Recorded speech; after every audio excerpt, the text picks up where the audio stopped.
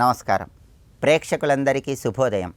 ఈనాటి సిరి సంపదల శ్రావణం అనే శీర్షికన శ్రావణ మాసంలో శుక్లపక్షంలో వచ్చే చవితి తిథి సందర్భంగా ఎలాంటి విధి విధానాలు పాటించాలో, తద్వారా ఎలాంటి ప్రయోజనాలు సిద్ధింపజేసుకోవచ్చో పరిశీలిద్దాం.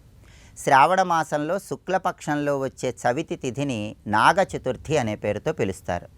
నాగ చతుర్థి సందర్భంగా దగ్గరలో ఉన్న పుట్టల దగ్గరకు వెళ్ళి పుట్టకు ప్రదక్షిణలు చేయటం, పుట్టలో పాలు పోయటం, పుట్ట దగ్గర చిమ్మిలి నివేదన చేయటం ద్వారా నాగదేవతల సంపూర్ణమైన అనుగ్రహానికి సులభంగా పాత్రలు కావచ్చు.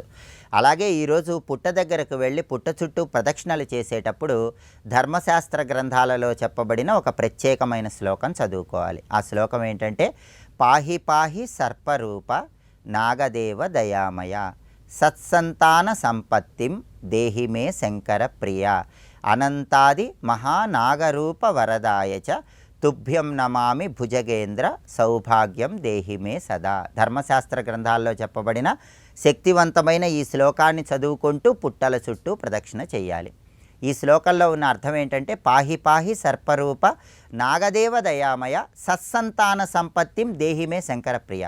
పరమేశ్వరుడికి ప్రీతిపాత్రమైన సర్పాల్లారా మమ్మల్ని అనుగ్రహించండి. అనంతాది మహానాగరూప వరదాయచ అంటే అనంత, వాసుకి, ఆదిశేష, పద్మనాభ, కంబళ, శంఖపాల, ధార్తరాష్ట్ర, తక్షక, కాళీ అని 9 నాగదేవతల రూపంలో ఉన్న నాగదేవతలారా తుభ్యం నమామి భుజగేంద్ర సౌభాగ్యం దేహిమే సదా. సర్వ సంపదలు సౌభాగ్యాలు మాకు అనుగ్రహించండి అని ప్రార్థించడమే ఈ శ్లోకంలో ఉన్న అంతరార్థం. ఈ శ్లోకం మొత్తం చదువుకోలేని వాళ్ళు దానికి ప్రత్యామ్నాయంగా అనంత, వాసుకి, ఆదిశేష, పద్మనాభ, కంబళ, శంఖపాల, ధార్తరాష్ట్ర, తక్షక, కాళీ అనే 9 నాగదేవతల పేర్లు చెప్పుకుంటూ పుట్టల చుట్టూ ప్రదక్షిణలు చేసినా ఉత్తమ ఫలితాలు కలుగుతాయి. సర్పదోష తీవ్రతను తగ్గింపజేసుకోవచ్చు. అలాగే ఈరోజు బంగారంతో కానీ, వెండితో కానీ, రాగితో కానీ, ఇత్తడితో కానీ చేసిన నాగ పడిగకు గృహంలో ఆవు పాలతో అభిషేకం చేసుకుంటే సమస్త శుభాలు చేకూరతాయి. దగ్గరలో ఉన్న సుబ్రహ్మణ్య ఆలయానికి వెళ్ళి సుబ్రహ్మణ్య ఆలయంలో ఆవు పాలతో అభిషేకం చేయించుకున్నా కూడా జాతకంలో ఉన్న సర్పదోషాల తీవ్రతను తగ్గింపజేసుకోవచ్చు. అలాగే స్కాంద పురాణం ఈశ్వర సనత్కుమార సంహిత శ్రావణమాస మాహాత్మ్యంలో శ్రావణ శుక్ల చవితి నాడు దూర్వా గణపతి వ్రతం అనే పేరుతో గణపతిని పూజించాలని చెప్పడం జరిగింది. కాబట్టి ఈరోజు గృహంలో గణపతిని కూడా ప్రత్యేకంగా పూజించాలి. గణపతి దగ్గర కొబ్బరి నూనెతో దీపారాధన చేసి దూర్వా యుగ్మాలతో గణపతిని పూజించాలి.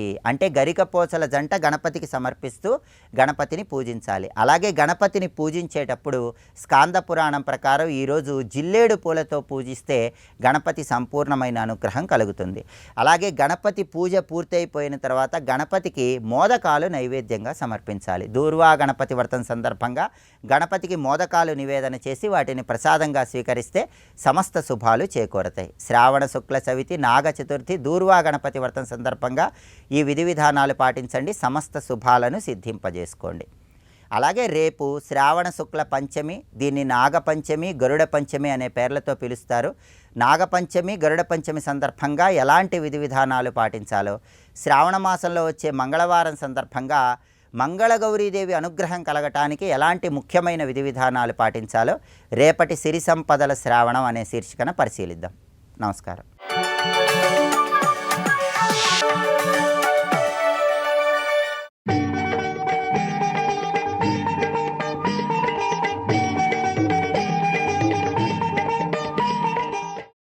అనంత వాసుకి తక్షక కర్కోటకాది నాగదేవతాభ్యో నమః. శ్రావణ శుద్ధ చవితి నాగ చవితిగా చాలా ప్రసిద్ధి. ఆ మర్రోజు వచ్చే పంచమికి కూడా నాగపంచమి అంటారు. అయితే వీడికి చిత్రం ఏంటంటే, ఈ చవితి పంచములకి గరుడ శబ్దం కూడా కలిసి ఉంటుంది. గరుడ పంచమి అని కూడా వ్యవహారం ఉన్నది. అంటే నాగులకి గరుడికి పూజ చెప్పబడుతున్నది. అయితే నాగ పూజ అనేది కొంచెం ఆలోచిస్తే ఏదో నాగుల్ని పూజిస్తారు అనేటువంటి విషయం తేలిగ్గా చెప్పడానికి లేదు. నాగపూజ అనేది చాలా దివ్యమైనది, వెనకాల చారిత్రకమైనటువంటి అదేవిధంగా దైవికమైన విషయములు చాలా ఉన్నాయి. నాగతత్వము పురాణాలయందు, ఆగమాలయందు చాలా కనబడుతున్నది. మహాభారతంలో కూడా నాగదేవత పూజ మొదలైనవన్నీ మొదటే కనబడతాయి. ఆది పర్వంలోనే చాలా విశేషంగా గోచరిస్తుంది. అయితే నాగతత్వం సంపూర్ణంగా భారతీయ ఋషులు తెలుసుకున్నారు. ఇది నాగపూజ సామాన్యమైనది కాదు. నాగులు దైవత్వానికి చెందిన నాగులు కొన్ని ఉంటాయి. అవి మామూలుగా కనబడు. ఇక్కడ మనం నాగములుగా ఒక పుట్ట యందు సర్పాన్ని భావన చేసిన, అక్కడ సర్పరూపం కనబడక్కర్లే, సర్పాన్ని భావన చేసినప్పటికీ ఆ నాగదేవతలకు ఆరాధన ఉంటుంది. అయితే ఈ నాగదేవతల ఆరాధనలో గోడపై పసుపు రాసి అక్కడ చందనము మొదలైన వాటితో నాగ ఆకారమును చిత్రించి వాటికి చిమ్మిలి చలిమిడి మొదలైన పెట్టి పూజించడం కనబడుతుంది. ఇది కూడా నాగదేవతలకే చెందుతుంది. ఒక విగ్రహంలో దేవతను ఆరాధిస్తే దేవతకు ఎలా చెందుతుందో ఇలా నాగులను ఆరాధించడం కూడా కనబడుతుంది. అదేవిధంగా నాగబంధములు మొదలైనటువంటి ప్రతిష్ఠ చేసి ఆరాధించడం కూడా కనబడుతుంది. అంటే నాగ శిల్పాలు వాటిని యుగళ శిల్పాలుగాను నాగదేవతా శిల్పాలుగాను చేసి ఆరాధించడం కూడా భారతదేశంలో ఆసేతు సీతాచలం కూడా ఉన్నది. నాగ ప్రతిష్టలు మొదలైనవి కనబడుతుంటాయి. ఈ నాగ ప్రతిష్ఠలు అవి చేసి జాతకంలో ఉన్న దోషాలు కూడా పోగొట్టుకునేవారు ఉన్నారు. అంటే ఇవి ఆలోచిస్తున్న కొద్దీ లోతు తెలుస్తుంది. పైపైన చూస్తే ఏదో పాముల పూజలా కనబడుతుంది, కానీ ఆలోచిస్తే నాగదేవతా పూజ అత్యంత ప్రాచీనమైనది, పైగా ప్రామాణికమైనది అని తెలుస్తున్నది. నాగదేవతలు మానవ జాతి కంటే పై స్థాయి ఉన్నటువంటి వారు. అందుకే దేవతారాధనలు విశేషమే, మనల్ని అనుగ్రహిస్తాయి దేవతారాధన. ఈ నాగదేవత ఆరాధనలో యోగానికి, జ్ఞానానికి, ఇంకా వైద్యానికి మొదలైన వాటికి సంబంధించి ఆరాధనలు కనబడుతున్నాయి. పైగా అటు వైద్య శాస్త్రాన్ని, ఇటు వ్యాకరణ శాస్త్రాన్ని, యోగ శాస్త్రాన్ని ఇచ్చిన మహానుభావుడు పతంజలి ఆదిశేషు అనే నాగు యొక్క స్వరూపమే. అంతేకాదు ఒకప్పుడు నాగజాతి నుంచే మానవ జాతికి జ్ఞానం లభించిందని, తర్వాత మానవుడు స్వార్థపరుడంతో మానవ జాతికి నాగజాతి దూరమైందని కొందరు పరిశోధకులు చెప్తున్నటువంటి మాట. మొత్తానికి నాగదేవత ఆరాధన వల్ల వంశాభివృద్ధి కూడా కలుగుతుంది అని చెప్తారు. సుబ్రహ్మణ్య స్వామియే ఒకప్పుడు నాగరూపాన్ని ధరించి తపస్సును ఆచరించాడు శ్రీశైల మహాక్షేత్రంలో. అందుకే సుబ్రహ్మణ్యం తేజస్సు నాగులు ఎందుంటుంది. అందుకే నాగదేవత ఆరాధన సుబ్రహ్మణ్య ఆరాధన కింద కూడా చెప్పబడుతుంది. నాగదేవతల్లో వాసుకి, అనంతుడు, తక్షకుడు, కర్కోటకుడు, శంఖ, కులిక, పద్మ, మహాపద్మ ఇచ్చా దివ్య జాతులున్నాయి. కొన్ని వందల జాతుల పేర్లు మహాభారతంలో చెప్పబడుతున్నాయి. ఈ నాగదేవతలు ఆరాధన వంశాభివృద్ధి అని చెప్పుకున్నాం. అదేవిధంగా నాగదేవతలు జ్ఞానదాతలు కూడా.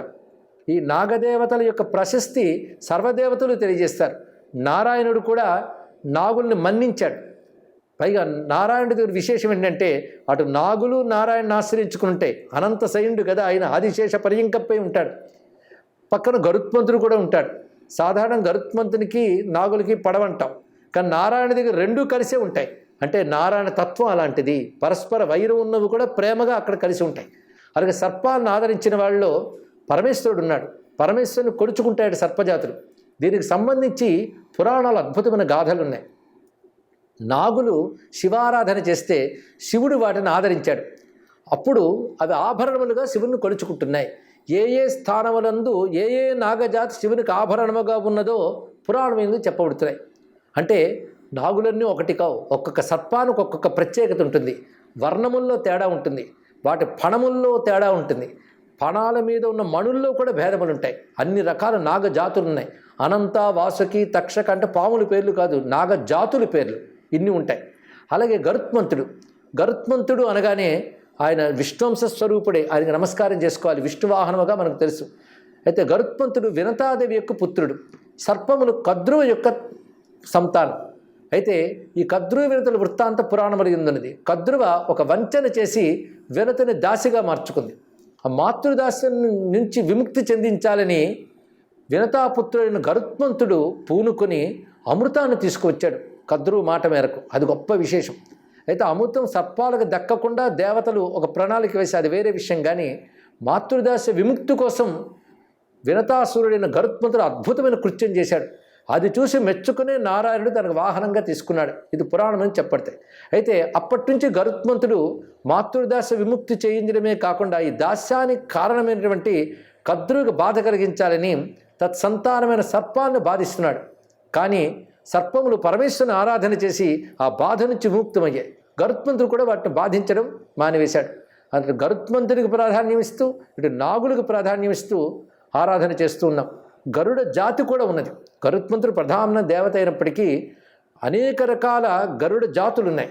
నాగా, గరుడ కూడా దేవజాతికి చెందినటువంటివే. అయితే ఇవి మన శరీరం నందు కూడా నాగా, గరుడ జాతికి సంబంధించిన కొన్ని శక్తులు ఉంటాయి. మన నాగగరుడులను ఆరాధన చేయడం వల్ల మన శరీరంలో కూడా ఆరోగ్యం మొదలైనవి బాగుంటాయి. విషహరుడు గరుత్మంతుడు. అందుకే రకరకాల విషాలు ఏవైతే ఉన్నాయో టాక్సిన్స్ అన్నాం, వాటిని తొలగించగలిగే శక్తి గరుత్మంతుడికి ఉన్నది. వేదమనందు సుపర్ణోపాఖ్యానం, సౌపర్ణ సూక్తములు ఉన్నాయి. అంటే గరుత్మంతుని ఉద్దేశించి గరుడ చెయ్యనము మొదలైన యజ్ఞములు చేస్తారు.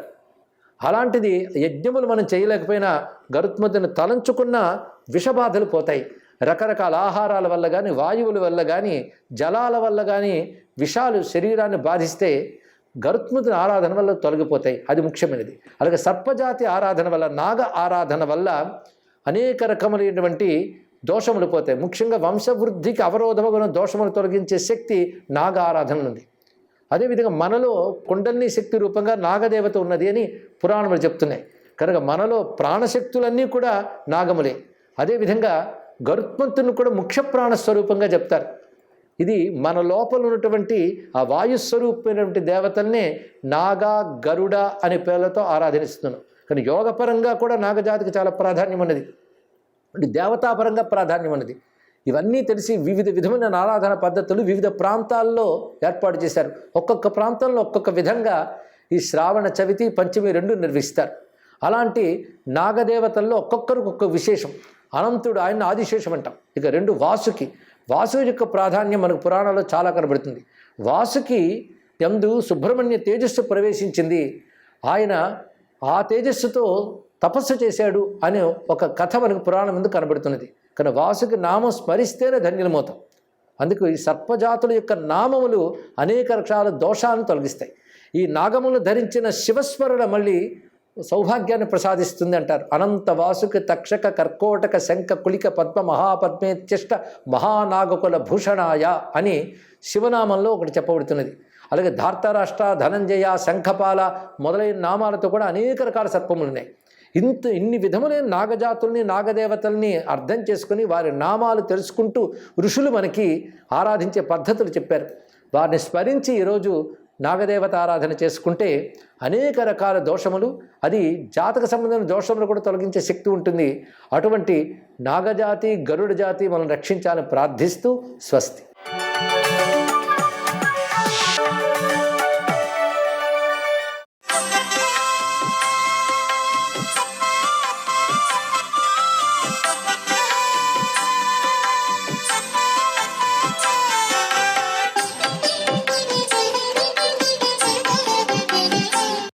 ఓం నమో వెంకటేశాయ. శ్రీ మహాలక్ష్మీ నమః. ఓం నమః శివాయ. శ్రీ మాత్రే నమః. ఈరోజు చాలా విశేషకరమైన సుదినం. శ్రావణ మాసం, సోమవారం, అంతేకాకుండా చవితి తిథి కావటం చేత నాగేంద్రహారాయ నమః శివాయ అంటూ ఒక పక్క పరమేశ్వరుణ్ణి, మరో పక్క సుబ్రహ్మణ్యేశ్వర స్వామిని తప్పనిసరిగా ఆరాధన చేసేటువంటి విధి విధానాన్ని చూస్తున్నాం. పుట్టలో ఆవు పాలు పోసి పసుపు కుంకుమ చల్లి దీపారాధన పుట్ట వద్ద దూరంగా చేసి సుబ్రహ్మణ్యేశ్వర స్వామిని ఆరాధన చేసేటువంటి సనాతన సంప్రదాయ లక్షణం ఈ శ్రావణ చవితి తిథి నాడు మనం చూస్తాం. అంతేకాకుండా ఈరోజునే వినాయకుడిని కూడాను ప్రత్యేకంగా ఆరాధన చేసి సర్వశుభాలు కూడా పొందేటువంటి సాంప్రదాయం ఉంది. ఏది ఏమైనప్పటికీ ఈ శ్రావణ మాసంలో శ్రావణ శుద్ధ చవితి సుబ్రహ్మణ్యేశ్వర ఆరాధనతో పాటుగా సోమవారం కావడం వల్ల నమస్తేస్తు భగవన్ విశ్వేశ్వరాయ మహాదేవాయ త్రియంబకాయ త్రిపురాంతకాయ కాలాగ్నిరుద్రాయ నీలకంఠాయ మృత్యుంజయాయ మహేశ్వరాయ హర హర హర హర శంభో శంకర అంటూ అభిషేక ప్రియుడైనటువంటి పరమేశ్వరుని వివిధ ద్రవ్యాలతో అభిషేకం చేయటం, ఏకాదశ ద్రవ్యాలతో నమక చమక పారాయణలతో అభిషేకం చేయటం, శ్రావణ సోమవారం నాడు చేయటం శతవిధాలా కూడాను అద్వితీయమైనటువంటి అభివృద్ధికి నిదర్శనం. సోమవారం నాడు చేసే అభిషేకం ఈ శ్రావణ మాసంలో ఈశ్వరుడు అద్వితీయమైనటువంటి అభివృద్ధిని కలిగిస్తాడు. ఈ యొక్క సోమవారం చవితితో కూడి వచ్చింది కాబట్టి, ఆయన నాగాభరణుడు కాబట్టి నాగుల ఆరాధన ఒకవైపు, ఈశ్వరారాధన మరొక వైపు. ఈ రెండిటి ఆరాధనతో పాటు ఆమె అర్ధనారీశ్వర తత్వంతో స్వామివారు విరాజిల్లుతాడు కాబట్టి ఈ రోజున అర్ధనారీశ్వర శ్లోకం కూడాను తప్పనిసరిగా పఠిస్తూ శ్రావణ మాసరీత్యా ఆచరించినట్లయితే సర్వవిధ శోభితమైనటువంటి ప్రభావం మనకు వచ్చి తీరుతుంది సుమా. సర్వే జనా సుఖినో భవంతు.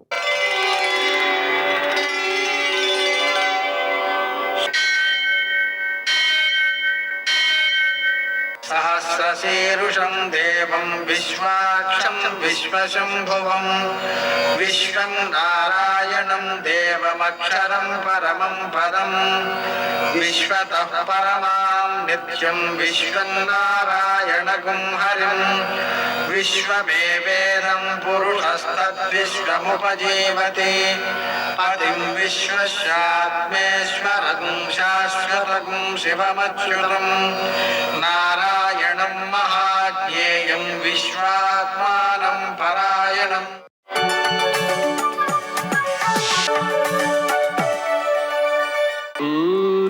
శౌర్యమథేందురింద్రపదవీ సన్మంగళం మంగళం. మృత్యుంజయాయ రుద్రాయ నీలకంఠాయ సంభవే అమృతేశాయ సర్వాయ మహాదేవాయ తే నమః. నేటి కాలమాన విశేషాలను గమనిద్దాం. స్వస్తి శ్రీ చాంద్రమాన విశ్వావసనామ సంవత్సరం దక్షిణాయనం వర్ష ఋతువు శ్రావణ మాసం శుక్లపక్షం సోమవారం.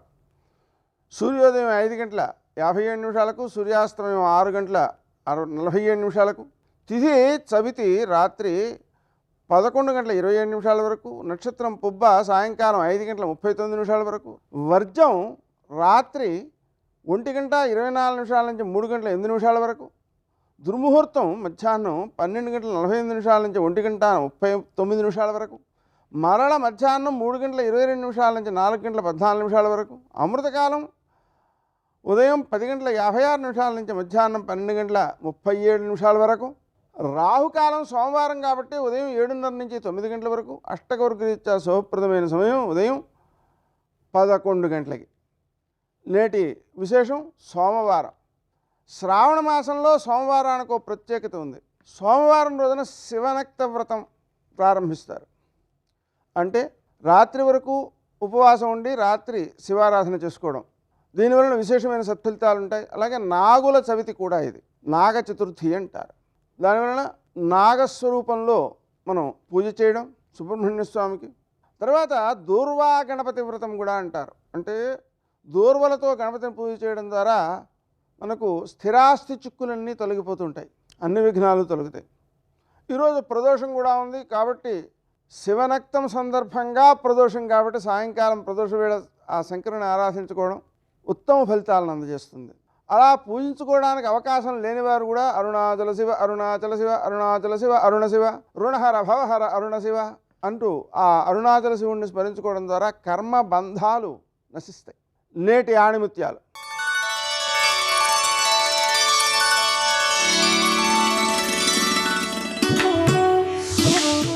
విజయం కలిగిందని విర్రవీగకు, అపజయం కలిగిందని నిరాశపడకు.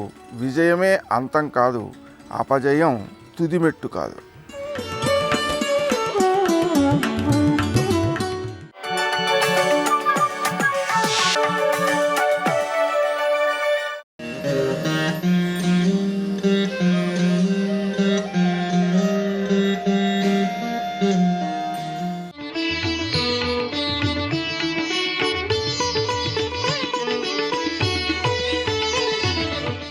ధీరం వీరం మహాబాహుం సేనానిం సురపూజితం సుబ్రహ్మణ్యమహం వందే మోహినీపుర సంస్థితం.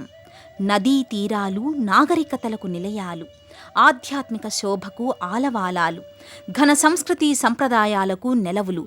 అలాంటి పావన కృష్ణమ్మ జలసిరుల చెంత మోపిదేవి క్షేత్రం విలసిల్లుతోంది. పురాణ ప్రసిద్ధమైన ఈ క్షేత్రం సువిశాల ప్రాంగణంలో వర్ణరంజిత కళామయ ఆలయ ప్రాకారాలు, ముఖమంటపాలు, గోపురాలతో భక్తులను విశేషంగా ఆకట్టుకుంటోంది. వ్యాఘ్రస్య పూర్వ దిగ్భాగే కుమారక్షేత్రముత్తమం సుబ్రహ్మణ్యోవ సద్యవ్రత భుక్తిముక్తి ఫలప్రదః అని వ్యాస మహర్షి స్కాంద పురాణంలోని సహ్యాది ఖండంలో కృష్ణానదీ తీర ప్రాంతాన ఉన్న మోపిదేవి క్షేత్ర వైభవాన్ని ప్రస్తావించారు. ఇక ప్రధాన ఆలయం ముంగిట ముఖమంటపం దీర్ఘ చతురస్రాకృతిలో స్తంభ సమన్వితంగా ఉంటుంది. భారీ స్తంభాలపై వర్ణరంజిత మయూర సర్పాకృతులతో కళామయంగా ముఖమంటపం విలసిల్లుతోంది. గర్భాలయంలో సమున్నతమైన రజత మంటపంలో ఉన్న పానవట్టంపై ఈశ్వరుడు లింగాకృతిగా దర్శనమిస్తాడు. ఈ పానవట్టం క్రింద ఉన్న పుట్టలో మొదటిసారిగా అగస్త్యుడు సుబ్రహ్మణ్య స్వామిని తపోనిష్టలో ఉన్న సర్పాకృతిలో దర్శనం చేసుకున్నారు. సుబ్రహ్మణ్యేశ్వరుడు ఈశ్వరుడు ఒకే లోగిలిలో కొలువు తీరి సుబ్రహ్మణ్యేశ్వర స్వామిగా దర్శనమిస్తున్నారు. కొన్ని వందల సంవత్సరాల క్రితం ఈ ప్రాంతం పుట్టలతో నిండి ఉండేది.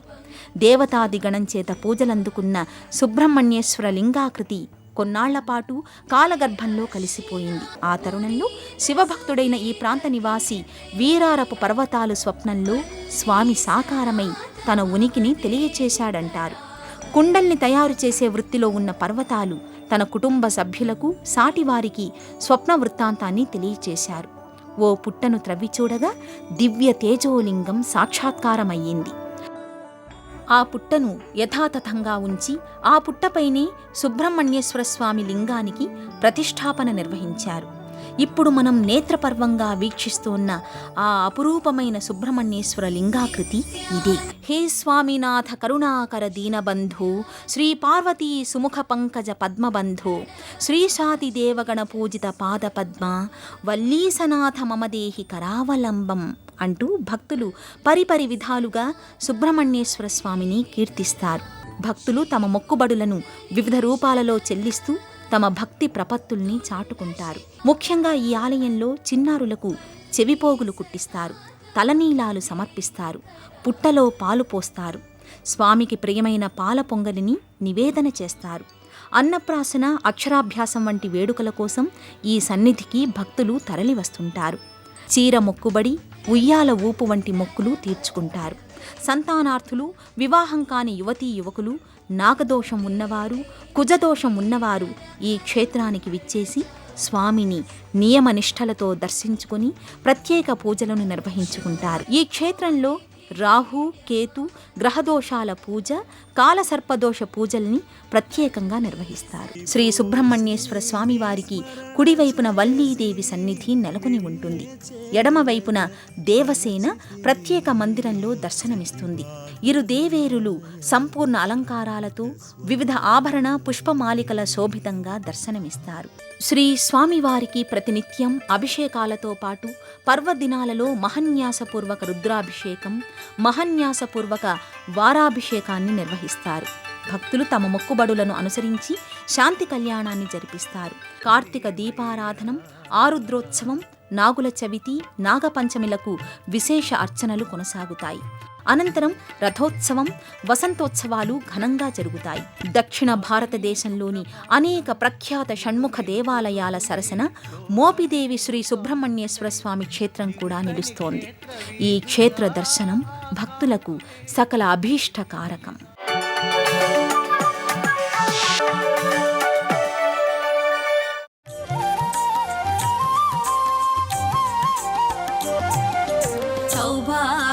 లక్ష్మీ రావమ్మ అమ్మా, సౌభాగ్య లక్ష్మీ రావమ్మ. అసలు మనుష్యులలోనే గృహస్థాశ్రమంలో ఉన్నవాడికి తప్ప ఇతర ఆశ్రమంలో ఉన్న వాళ్ళకి ధనంతో అంత పెద్ద సంబంధం లేదు అంటే ఇక మిగిలిన ప్రాణులకు ధనంతో పెద్ద సంబంధం ఏముంటుంది? ఉండదు. వాటికి ఉండేటటువంటి కష్టసుఖాలు చాలా చాలా చాలా తక్కువ. పశుధర్మో నమీ ప్రీతిం అంటారు వ్యాసుల వారి దేవీ భాగవతంలో. దాన్ని పశుధర్మం. కానీ మనుష్యుడు అలా కాదు. ఒకరికి పెట్టి తాను తినాలి. అతిథి దేవోభవ.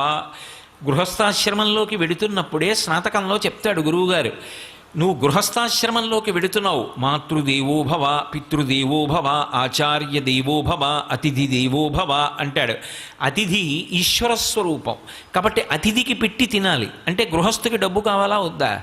మిగిలిన ప్రాణుల కన్నా కూడా మనుష్య ప్రాణికే లక్ష్మీ కటాక్షంతో సంబంధం ఎక్కువ అయినప్పుడు లక్ష్మీ కటాక్షం కోసం వెంపర్లాట మనకుండడం ఒకెత్తు, కానీ అసలు లక్ష్మీదేవి యొక్క అనుగ్రహ ప్రసరణం ఎక్కడ ప్రారంభమవుతుంది అంటే జీవుడు శరీరంలోకి ప్రవేశిస్తున్నప్పుడే ప్రారంభమవుతుంది. అందుకే అది ఎవరు కానివ్వండి, లలాట లిఖితారేఖాం పరిమాష్ట్రం నశక్యతే, లలాటమనందు వ్రాయబడినది తీయడం సాధ్యం కాదు అంటూ ఉంటారు కదూ. అంటే సాధనా బలం చేత దాటుతాడు. బ్రహ్మగారు ఒక పుర్రెలోకి జీవుణ్ణి ప్రవేశపెట్టే ముందు పుర్రె చేత్తో పట్టుకొని ఏమేమి ఇవ్వాలి అన్నది రాసి, అతనికి ఇవ్వవలసినటువంటి ఐశ్వర్యం అన్న దగ్గర రాసి, అమ్మ వంక ఇలా చూస్తాట, లక్ష్మీదేవి వంక. అలా కూర్చుంటుంది ఆ తల్లి. అలా కూర్చుంటే బ్రహ్మగారి చేతిలో పుర్రె పట్టుకుని అమ్మ వంక తిరుగుతాడు. అమ్మ, ఈ పుర్రెకి ఎంత ఇమ్మంటావు అని అడుగుతాడు. గత జన్మలో ఈ పుర్రెకి పేరు ఏమిటి, ఎవరు అని అడుగుతుంది. ఆవిడికి తెలియక కాదు, ఆవిడ సర్వజ్ఞురాలు. అమ్మ, ఈ పుర్రెకి గత జన్మలో పేరు ఇది, వీడు చాలా పుణ్యం చేశాడమ్మా, ఎందరికో పెట్టాడు, ఆర్తి కలిగిన వాళ్ళందరికీ పెట్టి తాను అనుభవించిన వాడమ్మా అంటట. అంటే ఆవిడ అని ఇలా కనుబొమ ఎత్తుతుందిట, అంతే, ఆవిడేం మాట్లాడదు అంటుంది. ఆ కనుబొమ అలా ఎత్తిందనుకోండి, యద్రూభంగా ప్రమాణం స్థిరచర రచనా తరతంయే మురారే వేదాంతా తత్వచింతాంబురభిదురసి యత్పాదచిహ్నైత్తరంతి భోగోపోద్ఘాతకీలీచులిఖిత భగవద్వైశ్యరూప్యానుభావ సనశ్రీ స్పృణీతాం అమృతలహరిధీలంఘనీయై అపాంగై అంటారు పరాశర భట్టర్లు శ్రీగుణరత్న కోశంలో. అమ్మవారు అపాంగై అంటే కటాక్షం, కడగంటి చూపు. ఆ మాట బ్రహ్మగారు చెప్పేటప్పటికీ ఆ చేతిలో పట్టుకున్న పుర్రెకి గత జన్మలో ఉన్న పేరు చెప్పేటప్పటికీ ఓ అనుకుని మనసులో అంటుందిట, యద్భ్రూభంగా ప్రమాణం. ఆవిడ కనుబొమ పైకెత్తిందా గొప్ప ఐశ్వర్యవంతుడవుతాడు అని వ్రాసేస్తాడు బ్రహ్మగారు. సర్వం శ్రీ ఉమామహేశ్వర పరబ్రహ్మార్పణమస్తు. స్వస్తి.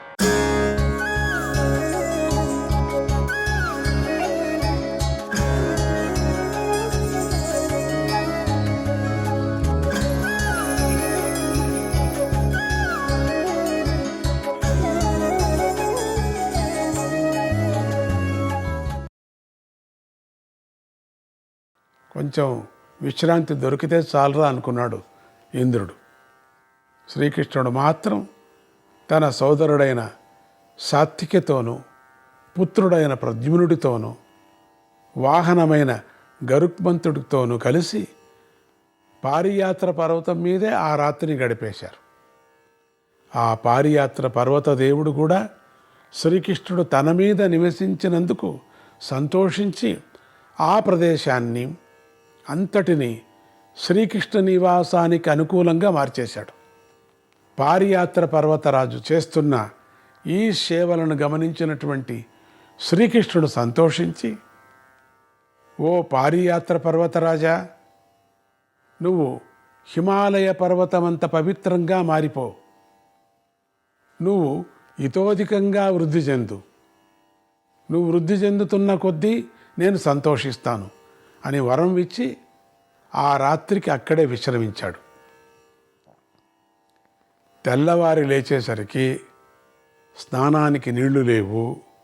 వెంటనే శ్రీకృష్ణుడు పరమేశ్వరుడైన శంకరుణ్ణి నమస్కరించి గంగాదేవిని ధ్యానించాడు. వెంటనే ఆయన ఎదుట గంగాదేవి ప్రవాహం సాక్షాత్కరించింది.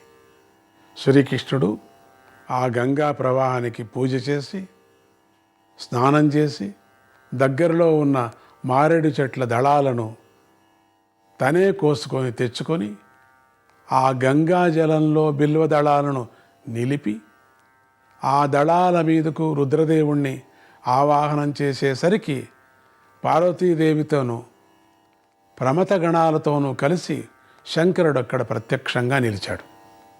అప్పుడు శ్రీకృష్ణుడు ఆ శంకరుడికి అర్చన చేసి ఈ విధంగా స్తోత్రం చేశాడు. గ్రామ్యారణ్యానాం త్వం పతిః త్వం పశూనాం ఖ్యాతో దేవః పశుపతిః సర్వకర్మ నాన్యస్త్వతః పరమో దేవదేవ జగత్పతి సురవీరారి హంత. ఓ దేవదేవా, గ్రామాలలో ఉండే పశువులకు, అరణ్యాలలో ఉండే పశువులకు కూడా నువ్వే పతివి. బంధాలు కలిగిన జీవులే పశువులు, అలాంటి పశువులందరికీ నువ్వే పతివి. అందుకే వేదాలు నిన్ను పశుపతి అని కీర్తిస్తున్నాయి. ఆ జీవులందరినీ కదిలించే చైతన్యానివి నువ్వే. అందుకే నువ్వు పశుపతివి మాత్రమే కాదు, ఈ జగత్తు మొత్తానికి పతివి. అంతేగాక దేవతలను ద్వేషించే రాక్షసులను సంహరించేవాడు నువ్వే. నారాయణ నారాయణ హరే కృష్ణ. అహం బ్రహ్మ కపిలో, అహం బ్రహ్మ కపిలో యోప్యనంతః, యోప్యనంతః పుత్రా సర్వే బ్రహ్మణాచాతి వీరాగ త్వత్తః సర్వే దేవదేవ ప్రసూతాః. ఏవం సర్వేషః కారణాత్మ త్వమీడ్యక, కారణాత్మ త్వమీడ్యక.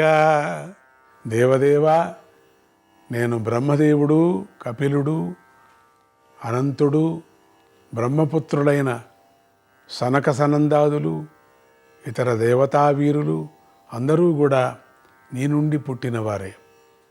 ఈ విధంగా నువ్వు సర్వేశ్వరుడు, అందరికీ కారణమైన వాడు.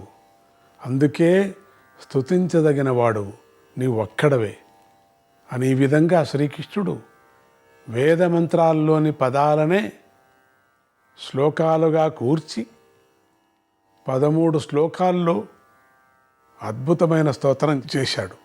ఆ స్తోత్రం విన్న శంకర భగవానుడు తన కుడి చేయి ఎత్తి ఆశీర్వదిస్తూ ఇలా అన్నాడు: ఓ దేవశ్రేష్ఠ, నువ్వు కోరినవన్నీ లభిస్తాయి. నువ్వు కోరుకున్న పారిజాత వృక్షాన్ని కూడా నువ్వు నిర్విఘ్నంగా తీసుకుపోగలవు. ఈ విషయంలో నువ్వు కలత పడవలసిన పని లేదు. పూర్వం ఒకప్పుడు నువ్వు మైనాక పర్వతం మీద కూర్చొని నా కోసం తపస్సు చేశావు. అప్పుడు నేను నీకు ఇచ్చిన వరాలు కూడా సత్యాలే. ఆ వరాలను కూడా తలుచుకో. సుస్థిరంగా ఉండు. నిన్ను ఎవరూ వధించలేరు. అక్కడిదాకా ఎందుకు? నిన్ను జయించడం నాకే సాధ్యం కాదు. నువ్వు నాకంటే మహావీరుడు అవుతావని అప్పుడే నీకు వరమిచ్చాను. దానికి తిరుగులేదు. ఓ ధర్మజ్ఞ, నువ్వు ఇప్పుడు చేసిన ఈ శివస్తోత్రం అపూర్వమైనది. ఈ స్తోత్రంతో నన్ను స్తుతించిన వారు ఎవడైనా సరే పరిపూర్ణమైన ధర్మాన్ని, గౌరవాన్ని, యుద్ధాలలో విజయాన్ని పొందగలడు. ఓ దేవేశ్వర, ఇక్కడ గంగా జలంలో బిల్వదళం మీద నువ్వు నన్ను ఆవాహనం చేసి అర్చన చేశావు. అందువల్ల నేను ఇక్కడ బిల్వోదకేశ్వరుడు అనే పేరుతో లింగ రూపంలో శాశ్వతంగా ఉండిపోతాను. ఈ బిల్వోదకేశ్వర లింగాన్ని సేవించిన వారు అందరి కోర్కెలు తీరుస్తాను. ఓ కేశవ, జనార్దన, జ్ఞాన మార్గంలో నన్ను ఉపాసిస్తూ ఇక్కడ 3 రాత్రులు ఉండి ఉపవాసం చేసిన భక్తులు తాము కోరుకున్న ఉత్తమ లోకాలను చేరుతారు. ఈ పర్వతం మీద నువ్వు సృష్టించిన ఈ నది అవింధ్యా నది అనే పేరుతో ప్రసిద్ధిలోకి వస్తుంది. ఇది సాక్షాత్తుగా గంగే కనుక ఇక్కడ మంత్రపూర్వకంగా స్నానం చేసిన వారికి గంగా స్నాన ఫలితం లభిస్తుంది. ఈ పర్వతం మీదికి నువ్వు వచ్చిన అసలు పనేమిటో నాకు తెలుసు. కొంతమంది మహాబలవంతులైనటువంటి రాక్షసులు ఇక్కడి భూగర్భంలో షట్పురము అనేటువంటి పేరుతో ఒక మహానగరాన్ని నిర్మించుకొని నివసిస్తున్నారు. వాళ్ళు చాలా దుష్టాత్ములు. ఇక్కడ దాగి ఉండి ఎవరికీ దొరకకుండా దొంగ దెబ్బలు తీస్తూ దొంగల్లాగా జగత్తును పీడిస్తున్నారు. దేవదేవ, బ్రహ్మదేవుడి వరప్రభావం వల్ల ఈ రాక్షసులను సంహరించటం దేవతల వల్ల కూడా కాదు. నువ్విప్పుడు మానవ రూపంలో ఉన్నావు కాబట్టి కనుక నువ్వు వారిని సంహరించగలవు. ఆ పనిని త్వరలో పూర్తి చేయి అన్నాడు మహాదేవుడు. మహాదేవుడైన శంకరుడు ఈ విధంగా శ్రీకృష్ణుడి వరాలిచ్చి కృష్ణుడికి ఆయనను కౌగలించుకొని అంతర్ధానమైపోయాడు. ఆ విధంగా శంకరదేవుడు షట్పుర నగర వ్యవహారం గుర్తు చేసేసరికి శ్రీకృష్ణుడు పారియాత్ర పర్వత దేవతను పిలిచి ఇలా చెప్పాడు: పర్వతరాజా, నీ కింద ఘోరాతి ఘోరలైన రాక్షసులు నివసిస్తున్నారు. వారు నీ కొండలోని ఒక గుహను ద్వారంగా చేసుకొని రాకపోకలు సాగిస్తున్నారు. నేను ఇప్పుడు ఆ గుహను సంపూర్ణంగా మూసివేయబోతున్నాను. నువ్వు కొంచెం సహకరించు. ఎందుకంటే ఆ రాక్షసులు ప్రస్తుతం లోపలే ఉన్నారు. ఇప్పుడు గనుక ఆ ద్వారాన్ని గట్టిగా మూసివేస్తే వాళ్ళు ఇక బయటికి రాలేరు. లోపలే ఉండి అక్కడే నశించిపోతారు. ఈ గుహను మూశాక నీ రక్షణ కోసం నేను ఇక్కడే స్వయంభూమూర్తిగా ఉండిపోతాను.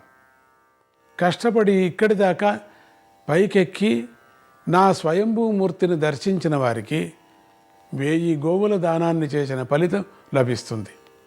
అంతేకాదు, నీ పర్వతంలోని శిలతో నా ప్రతిమను చెక్కించి ఇంట్లో పెట్టుకొని పూజ చేసుకునే వారికి కూడా నా వైకుంఠలోకం లభిస్తుంది అని వరమిచ్చాడు కృష్ణుడు. ఈ విధంగా వరాలు పుచ్చుకోవటం ఇవ్వటం రెండూ పూర్తి అయ్యాక శ్రీకృష్ణుడు రథం ఎక్కి బిల్వోదకేశ్వరుడికి మరోసారి నమస్కరించి యుద్ధానికి బయలుదేరాడు. దేవేంద్రుడు పుష్కరం దగ్గర ఉన్నాడని తెలిసి కృష్ణుడే అక్కడికి వెళ్ళి దేవేంద్రుని యుద్ధానికి ఆహ్వానించాడు. అప్పటికి ఐరావత గజేంద్రం పూర్తిగా కోలుకోలేదు ఇంకా. కనుక దేవేంద్రుడు జయంతుడి రథంలోనే కూర్చొని యుద్ధానికి సిద్ధమయ్యాడు. ఈ యుద్ధంలో విచిత్రం ఏమిటంటే శ్రీకృష్ణుడు దేవేంద్రుడి మీదికి కానీ దేవేంద్రుడు శ్రీకృష్ణుడి మీదికి కానీ సూటిగా బాణాలు వేసుకోవడం లేదు. ఆయన యుద్ధం కొనసాగిస్తూనే ఉన్నారు. శ్రీకృష్ణుడు వేసిన బాణాలకు దేవేంద్రుడి రథాశ్వాలు బాగా దెబ్బతిన్నాయి. అలాగే దేవేంద్రుడు ప్రయోగించిన బాణాలతో శ్రీకృష్ణుడి అశ్వాలు కూడా కప్పివేయబడ్డాయి. ఈలోగా ఐరావత గజేంద్రం కోలుకుంది, యుద్ధరంగంలోకి వచ్చేసింది. శ్రీకృష్ణుడు దాని మీదికి బాణాలు కురిపించాడు. దానికి ప్రతిగా దేవేంద్రుడు గరుత్మంతుడి మీద బాణాలు కురిపించాడు. వీరి యుద్ధపు దాటికి పరిసర ప్రాంతంలో భూమి కంపించింది. కొన్ని వందల వృక్షాలు కూలిపోయాయి. ఈ యుద్ధాన్ని గమనించిన మహర్షులు అనేక మంది మనస్సులలో బాధపడి యుద్ధశాంతి కోసం శాంతి మంత్రాలు జపించసాగారు. ఆ పరిసర గ్రామాలలో ఉండే బ్రాహ్మణోత్తములు కూడా ఇతర అనుష్ఠాన మాని శాంతి మంత్రాలనే జపించసాగారు. ఈ దశలో బ్రహ్మదేవుడు కశ్యప మహర్షి ఎదుట సాక్షాత్కరించి, నాయనా, నువ్వు నీ భార్యతో కలిసి వెళ్ళు, నీ పుత్రుల యుద్ధాన్ని నివారించు అని చెప్పాడు. ఆ విధంగా బ్రహ్మదేవుడి ఆజ్ఞ కాగానే కశ్యప మహర్షి చిత్తం అని అంగీకరించి ఒక దేవరథం ఎక్కి సరాసరి శ్రీకృష్ణ దేవేంద్రుల మధ్యలో క్రిందికి దిగాడు. వారిద్దరినీ చూస్తూనే శ్రీకృష్ణ దేవేంద్రులు యుద్ధం ఆపేసి రథాలు దిగి ఆయుధాలను పక్కకు పెట్టి తల్లిదండ్రులకు పాదావందనం చేశారు. అప్పుడు పరమ వృద్ధురాలైనటువంటి అదితీదేవి పుత్రులిద్దరిని చెరో చేత్తోనూ దగ్గరకు తీసుకొని కౌగలించుకొని ఇలా హితవు పలకసాగింది: నాయనలారా, సోదరులు కాని వాళ్ళలాగా ఒకళ్ళనొకళ్ళు చంపుకోవాలని ప్రయత్నం చేస్తున్నారే, ఇదేం పని? ఇంతకు మీరు దేనికోసం పోట్లాడుకుంటున్నారో? ఆ వస్తువు ఏదైనా మహారాజ్యమా? అది ఒక చిన్న చెట్టు, దానికోసం ఇంత యుద్ధమా? ఇది నా పుత్రులు చేయదగిన పనేనా? మీ తండ్రి దేవతలకు కూడా ప్రజాపతి. ఆయన స్వయంగా వచ్చి మీ ముందు నిలబడి ఉన్నారు. ఆయన మాట నా మాట మీరు వినదలుచుకున్నట్లయితే ముందు ఆయుధాలను వదిలిపెట్టేయండి, వెళ్ళి ఆ నదిలో స్నానం చేసిరండి అని. శ్రీకృష్ణ దేవేంద్రుడు ఇద్దరూ వారు మాట్లాడుకోకుండా కొత్తగా ఉద్భవించిన గంగా నదిలో అనగా అవింధ్యా నదిలో స్నానం చేసి ఒడ్డుకు వచ్చారు. అప్పుడు దేవేంద్రుడు శ్రీకృష్ణుడితో సన్నగా ఇలా అన్నాడు: శ్రీకృష్ణ, నా తరువాత పుట్టి నన్ను అన్నను చేసింది నువ్వే, సంపూర్ణ స్వర్గరాజ్యంలో నిలబెట్టింది నువ్వే. ఆ 2 గౌరవాలను నీ చేత్తో నువ్వే త్రోసిపుచ్చాలని చూస్తున్నావు కదా. పైగా నా ప్రాణం దీపం ఆర్పేయాలని చూస్తున్నావు. ఈ పని ఎలా చేయగలుగుతున్నావయ్యా అని శ్రీకృష్ణుడు ఏమీ మాట్లాడలేదు. ఇద్దరూ కలిసి అదితి కశ్యపుల దగ్గరకు వచ్చేశారు. అప్పటికి అనేక మంది మహర్షులు గుంపులుగా అక్కడికి చేరారు. మహర్షులంతా శ్రీకృష్ణ దేవేంద్రులు కలిసి రావటం చూసి సంతోషంతో కిలకిల నవ్వుతూ, ఈ ప్రదేశానికి ఇప్పటి నుంచి ప్రియ సంగమనము అనే పేరు స్థిరమైపోవుగాక అన్నారు. ఈ సంతోషాన్ని గమనించిన శ్రీకృష్ణుడు ఉచ్చస్వరతో, నేను దేవేంద్రుడికి అభయమిస్తున్నాను అనేశాడు. అందరూ హర్షధ్వనాలు చేశారు. ఇక వచ్చిన దేవతావర్గం ఎవరి విమానంలోకి వారు ఎక్కేశారు. కశ్యపుడు, అదితి, దేవేంద్రుడు, శ్రీకృష్ణుడు ఈ 4 ఒకే విమానం ఎక్కారు. అందరూ ఇంద్రభవనానికి చేరుకున్నారు. ఆ పూటకు ఎవరూ ఏమీ మాట్లాడలేదు. మర్నాడు తెల్లవారి తర్వాత అదితీదేవి శ్రీకృష్ణ దేవేంద్రులను ఇతర ముఖ్యులను పిలిచి అందరి సమక్షంలోనూ ఇలా చెప్పింది: నాయనా శ్రీకృష్ణ, ఇక నువ్వు ద్వారకా నగరానికి బయలుదేరు. వెళ్ళేటప్పుడు పారిజాత వృక్షం తీసుకువెళ్ళు. మా కోడలు సత్యభామ చేత పుణ్యవక్క వ్రతం చేయించు. అది పూర్తి కాగానే ఈ పారిజాత వృక్షాన్ని మళ్ళీ తెచ్చి నందనవనంలో యథాస్థానంలో నిలబెట్టు అన్నది. ఆ మాటలు వింటూనే పక్కనున్న నారద మహర్షి ఆ మాటలు చాలా ధర్మయుక్తంగా ఉన్నాయి, చాలా బాగున్నాయి అని ప్రశంసించాడు. శ్రీకృష్ణుడు కూడా అమ్మా నువ్వు చెప్పినట్లే చేస్తాను అన్నాడు. ఆ తర్వాత శ్రీకృష్ణుడు తల్లిదండ్రులైనటువంటి అదితి కశ్యపులకు మాత్రమే గాక అన్న వదినలైనటువంటి సచి మహేంద్రులకు కూడా నమస్కారం చేసి తిరుగు ప్రయాణానికి సిద్ధమయ్యాడు. అప్పుడు సచీదేవి శ్రీకృష్ణుడి భార్యలందరికీ ప్రత్యేకమైనటువంటి బహుమతులు ఇచ్చింది. ఆయన యొక్క 16,100 మంది భార్యలతో సహా అందరికీ పేరు పేరున బహుమతులు అందజేయడమే కాక అందరికీ పేరు పెట్టి పిలిచింది. శ్రీకృష్ణుడికి ప్రత్యేకమైన కానుకలు కూడా ఇచ్చింది. శ్రీకృష్ణుడు ఇవన్నీ స్వీకరించి తిరుగు ప్రయాణం ప్రారంభించాడు. ఆ ప్రయాణం సరాసరి ద్వారకా నగరానికి పోలేదు. ముందుగా రైవతాగ్రితికి చేరింది. అక్కడికి పారిజాత వృక్షాన్ని అక్కడ భద్రంగా ఉంచి, నేను పారిజాత వృక్షాన్ని తీసుకొని ద్వారకా నగరంలోకి ప్రవేశించబోతూ ఉన్నాను కనుక ఆ దేవవృక్షానికి తగిన స్థాయిలో స్వాగతోత్సవం ఏర్పాటు చేయండి అని సాత్యకి ద్వారా ద్వారకా నగరానికి కబురు చేశాడు. సాత్యకి రథం మీద ముందుగా ద్వారకా నగరానికి వెళ్ళి స్వాగతోత్సవానికి ఏర్పాట్లన్నీ చేసి పుర ప్రముఖులందరినీ వెంటబెట్టుకొని ఊరు బయటకు వచ్చి శ్రీకృష్ణుడి కోసం ఎదురుచూస్తున్నారు.